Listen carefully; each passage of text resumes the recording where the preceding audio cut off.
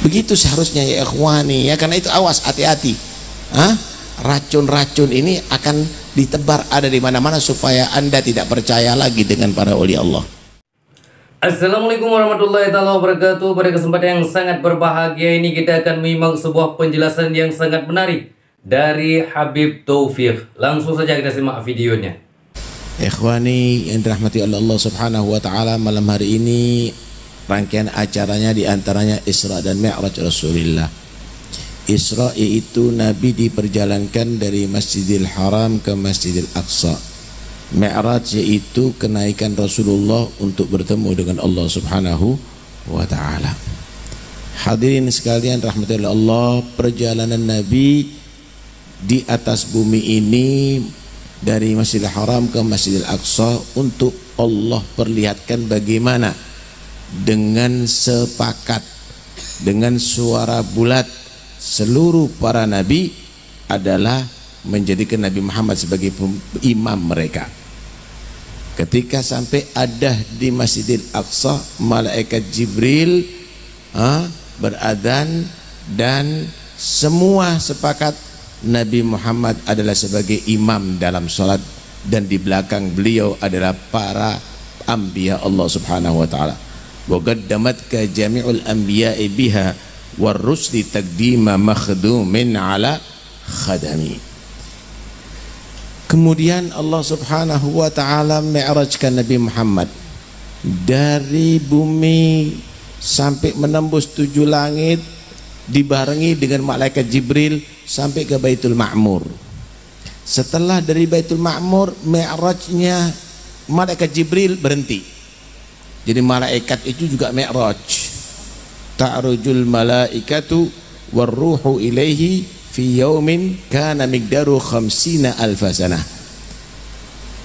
Mi'rajnya malaikat Jibril yang merupakan sayyidul malaikah berhenti ada di Baitul Ma'mur, sambil menyatakan wa ma minna illa lahum magamum ma'lum.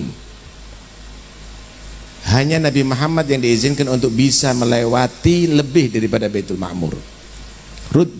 Rutabun tasqutul amani wa hasradunaha ma wara'ahunna wara'u. Tidak ada derajat yang lebih daripada Nabi Muhammad. Derajatnya malaikat Jibril, mi'rajnya hanya sampai ada di Baitul Ma'mur. Sedangkan Nabi Muhammad SAW menembus sampai ke Sidratul Muntaha. Sallu ala Nabi Muhammad. Dan disitulah Nabi SAW mendapatkan satu kenikmatan yang belum pernah didapatkan oleh siapapun, yaitu bertemu dengan Allah. Wa jama'allahu baina ru'yatihi wa kalamih. Itu hanya Nabi Muhammad SAW. Ikhwani rahmatullah, itu mi'rajnya Nabi. Itu mi'rajnya Jibril, itu mi'rajnya malaikat. Apakah selain para malaikat dan Nabi nggak ada mi'raj? Ada mi'rajnya, tapi melalui sholat. Melalui sholat. Karena itu Nabi SAW menyatakan as-salatu mi'rajul mu'min. Sholat itu adalah mi'rajnya orang yang beriman. Sholat itu adalah mi'rajnya orang beriman. Al-Habib Ja'far bin Syekhan As-Segaf dalam kefahamannya di dalam ayat ja'ilil malaikati uli ajrihatin matna wa thulatha wa ruba', Allah itu menjadikan para malaikat itu bersayap. Ada 2, ada 3, ada 4. Yazidu fil khalqi ma yasha. Sebagaimana kata Habib Ja'far, kama ja'alallah lil malaika ajnihah, ja'alallah lil mu'minina 5 salawat. Matna as-subuh wa thulath al-maghrib wa ruba' al-zuhur wal asr wa isya yafirruna biha ilallah. Sebagaimana para malaikat dengan sayapnya mi'raj,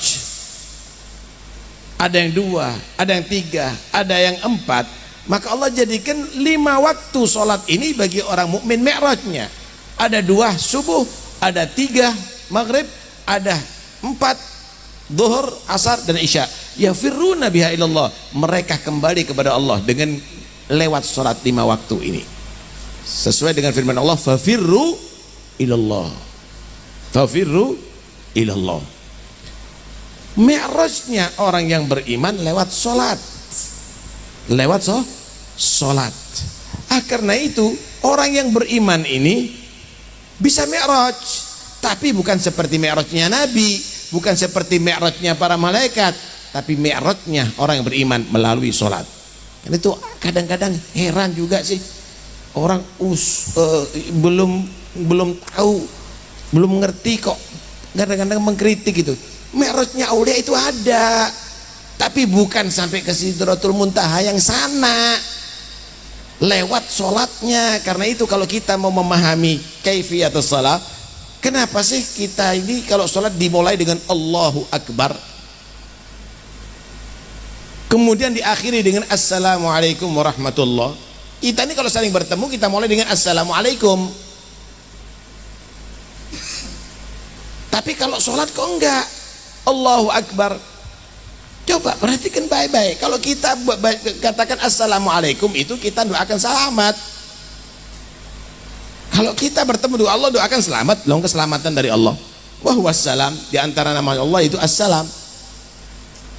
Karena itu masuk sholat itu kita sudah irtiqa dari maqamis sufli ila maqamil ulwi.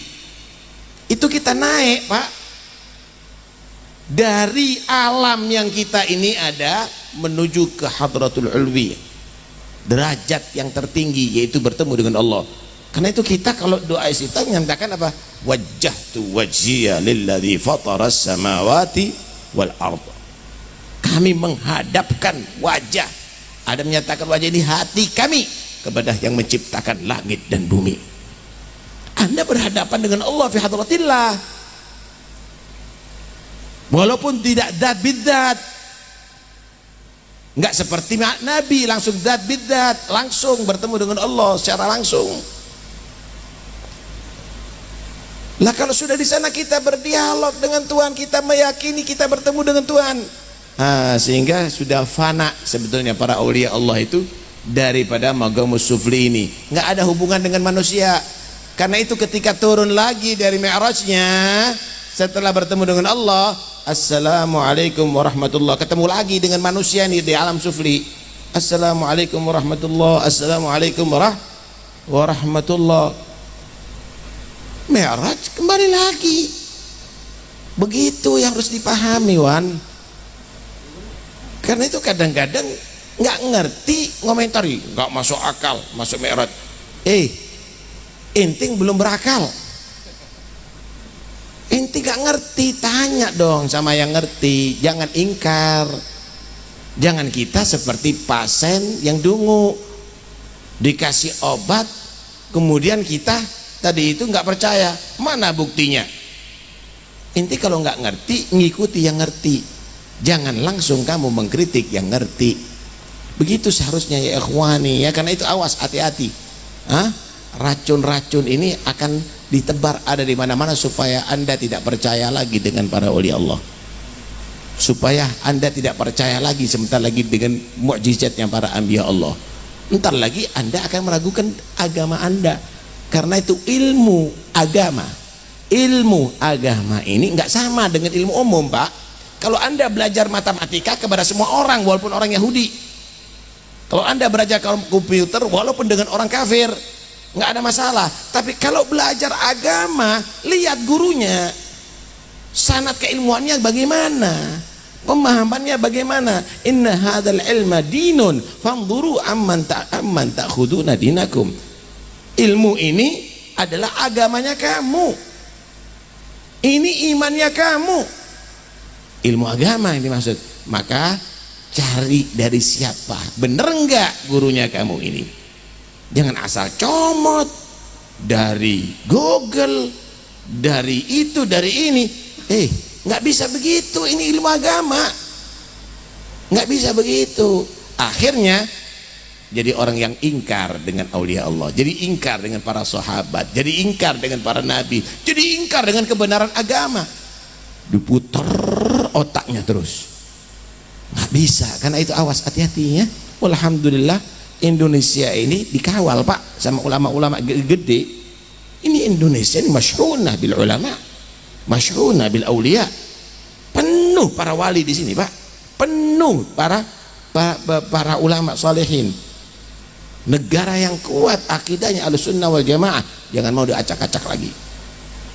Jangan mau diacak-acak lagi. Tertib, tadbir, semua aturan daripada ulama-ulama pendahulu Anda adalah hebat. Dan itu sesuai dengan ilmu yang sebenarnya. Karena itu udahlah, jangan terlalu disibukkan lihat medsos. Repot ada di situ, Pak.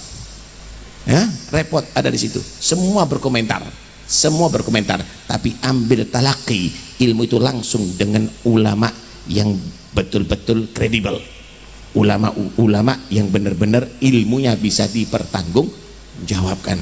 Mungkin itu yang bisa saya sampaikan, dan jangan sampai kita mau dialihkan kepada pemikiran-pemikiran yang lain. Tetap Ahlussunnah wal Jamaah sampai akhir hayat kita. Mudah-mudahan insyaallah Allah jadikan pertemuan ini akan mendapatkan ilmu yang manfaat bagi kita. Allah buka segala yang menutup hati kita. Allah bimbing kita ke jalan yang Allah ridhai. Nah, sahabatku yang dimuliakan oleh Allah Subhanahu wa taala, mungkin cukup sekian videonya. Semoga bermanfaat dan berkah. Assalamualaikum warahmatullahi wabarakatuh.